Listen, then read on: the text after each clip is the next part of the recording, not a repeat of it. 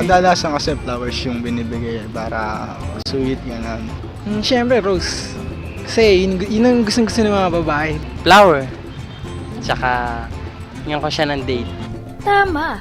Bagaman ang bulaklak ay for all occasion, higit itong umaangat kapag peak season like Valentine's Day. At kung dekalidad na bulaklak ang nais mo, ang LG Sunflower Shop ay di pa huhuli sa bulsa mo, pero swak pa rin sa puso ng mahal mo.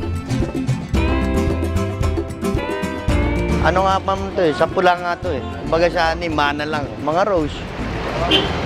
Gerbera, tsaka Stargazer. Hindi nagkakalayo nasa pag-arrange lang mga pagkakaiba. Binabalik-balikan kami ng mga customer dahil sa mga binibenta namin bulaklak sa kanila, nagugustuhan nila.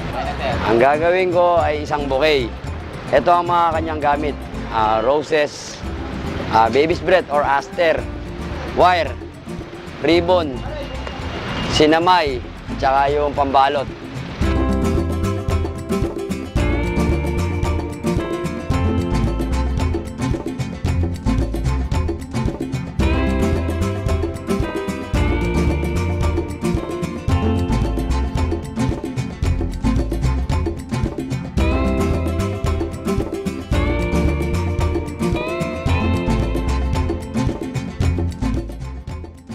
Inaya ko kayong lahat dito sa LG Sunflower Shop nang mamili ng bulaklak ng aming produkto dito sa may Golden City Commercial Plaza.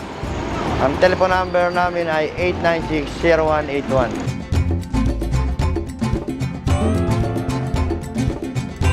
Ako usually t-shirt. Kasi para lagi niya nasusunod. Team Valentine's, siguro t-shirt. Kasi yun nga kadalasang yun ang pinaka magandang iregalo sa isang lalaki kasi laging ginagamit. Siguro bag. Yung gamit na siya, yung parang personalize. Samantala, kung with touch of creativity and own ideas naman ang bet nyo, get the chance to meet Cyril's personalized souvenir items at Malolos City. Kaya ito yung naisipan kong business kasi ito naman talaga yung hobby ko. Bali, hobby lang siya talaga before. Tapos may mga nagpapagawang friends. Bali, ginawa ko na siyang negosyo para kahit papano kumikita ako. Bali, nagsimula ako, t-shirt lang siya. Tapos nakaipon ako ng pangpuhunan, bumili ko na ibang gamit. Bali, this Valentine's Day, kagaya pa rin nung dati. Marami nagpapagawa sa akin mga couple shirt. Bali, pag mag-boyfriend, girlfriend yung nagpagawa, pag dalawa, mas makakalis sila ng mga 100 pesos. Ang kinaangat ng mga personalized item ko,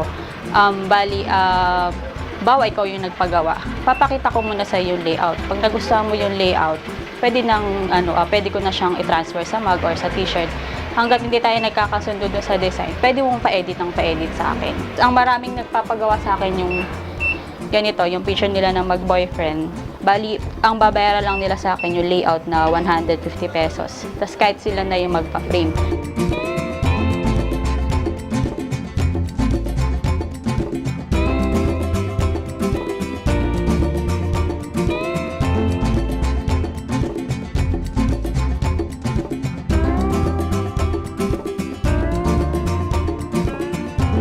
Ipiprint mo muna siya sa sublimation paper. Pag print mo siya, dapat pabaliktad.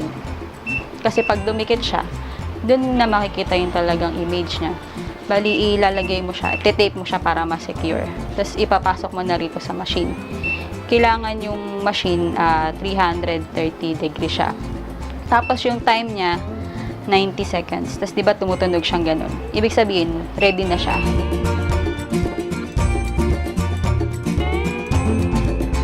Bali, yung susunod kong papakita yung paggawa ng button pins. Bali, una, lalagay mo tong tin dito sa letter A. Tapos, ilalagay mo rin yung picture.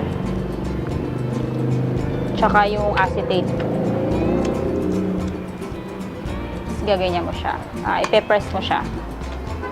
Pagka-press mo, ito naman lalagay mo. Ito yung pang-lagay doon sa likod. Yung pinaka-pin niya. Tapos, babaliktarin mo. Ipe-press mo lang ulit. Bali, pag ano niya, ayan na, gawa na yung button pin.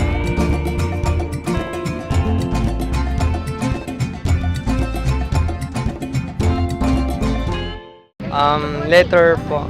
Gayun din, kilalanin naman natin sina Gavin at Chena na dahil sa simpleng sulat, ngayon ay 3 taon na silang magkasama. Ang letter ay importante sa couple na katulad namin kasi mas naipapakita mo sa karelasyon mo kung gaano mo siya kamahal. More creative. Sa panahon kasi natin ngayon, parang wala na ganun sumusulat ng letter para sa mga mahal nila. Pero kami, nakasanayan na siguro namin kasi parang doon kami nagsimula sa letter at parang habang buhay na namin gagawin yung pagsusulat. Kaya napakahalaga sa amin ng pagsusulat ng letter para sa isa't isa. Kasi, yun nga, doon kami nagsimula na parang unang letter na binigay niya sa akin, parang nagsasabi na, pasaring lang. Di naman niya direct na sinabi may gusto siya sa akin, pero may pasaring na laman. Tapos, feeling ko kasi ang letter, importante siya kasi doon mo na-express yung sarili mo. Na-express kasi doon mo nasasabi lahat, hinaing mo, gusto mo, lahat-lahat na kayo lang dalawa yung nakakaalam. Tapos, yung mga message na nandun, alam kong para sa akin lang. Ito yung unang letter na binigay niya sa akin. Hindi pa kami nito, actually, friends pa lang kami nito, pero feeling ko may gusto na siya talaga siya sa akin. Ganun siya kapatay na patay sa akin. Kasi nakasaad dito sa letter na to na kailangan ko daw ingatan yung sarili ko. Tapos, basta sweet. Kaya, napakahalaga nitong letter na to sa akin. Tapos, yung pinaka-recent, itong Angry Birds. Para kay Gavin at Chena, dumaan man ang maraming araw, para sa kanila mananatili na ang pagsusulatan at pagbibigayan ng cards sa isa't isa ay simbolo ng katatagan ng kanilang relasyon at pagmamahal sa isa't isa. Doon, pinapakita ng partner mo kung gaano ka kahalaga at gaano kanya kamahal. Kaya siguro kami tumagal is dahil na rin sa pagsusulatan. Sa akin, pinaka-importante kasi lahat ng occasion actually sinasabi ko sa kanya, uy, yung card ko Kasi ayoko dumating sa period na wala na kaming card, di na kami nagsusulatan. Kasi alam ko yung mga card na ginagawa niya sa akin. Alam ko ako lang yung meron. Yung bang parang, alam kong pinagpupuyatan niya kasi magka-text kami habang ginagawa niya, sasabihin niya sa akin, ay matulog ka na, gabi na. Pero alam ko siya, hindi siya matutulog. Kasi the other day, may bibigay siyang card na sobrang laki. Para sa mga couple na nanonood, magsulat lang kayo ng letter. So, itry nyo, wala namang mawawala. Based on experience, mas nagiging better person and nagiging better yung relationship kapag nagsusulatan kayo or nag-exchange kayo ng letter.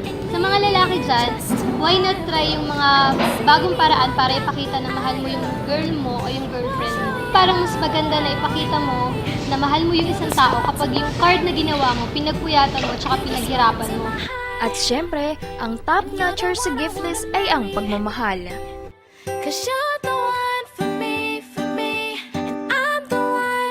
Basta magkasama kami, okay sa akin yung ganun. Siguro yung maibibigay ko, yung time ko na ilalaan ko para sa kanya. Pagmamahal lang.